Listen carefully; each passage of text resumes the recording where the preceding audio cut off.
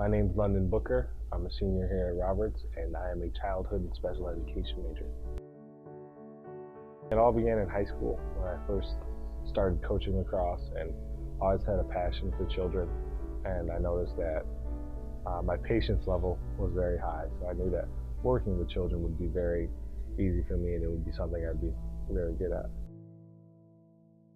There's a camp called Rocky 6, and so when I was very young, I think it was 6th grade, I went to that summer camp, and that was the first time that I was able to pick up a stick.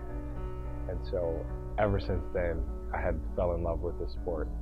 And I wasn't able to play for an actual high school team until 10th grade, when my mom moved out of the city so I could play lacrosse for Gates Charlotte High School. So ever since then, it's been a blast.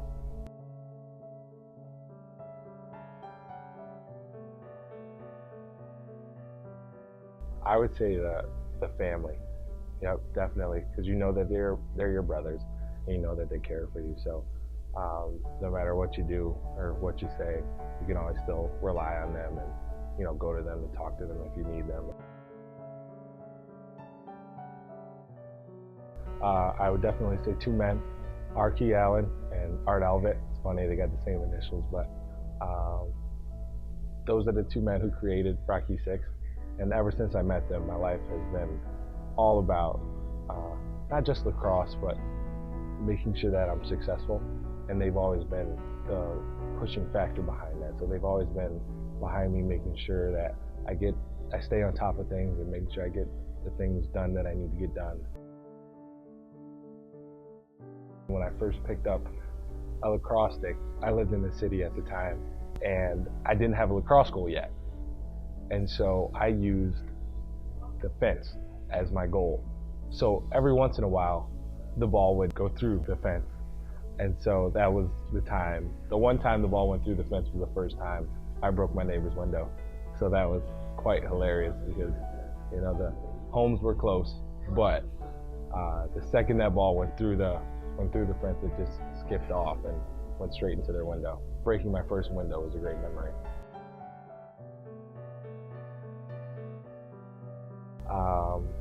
So this summer going into my senior year of high school, I had finally gave my life over to Christ, and it was a wonderful time in my life, and it was just overwhelming for most people because it doesn't really happen that way.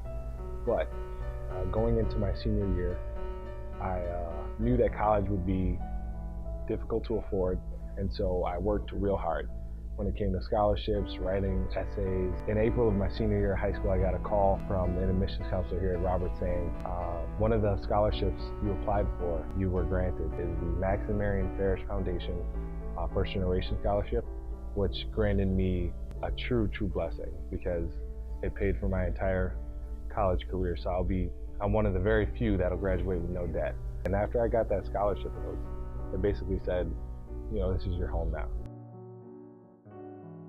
I honestly cannot wait. Lacrosse is definitely a predominantly white sport, and because we're playing Hampton University, which is the first ever HBCU or historically black college or university to have a Division I program, it's truly a blessing, especially for someone of African American descent, to be able to play in the first game ever for a school like that. So it's not only a blessing, but I can't wait to just be a part of that history. So that is going to be a great moment for me. Us being 5 years in, we're brand new.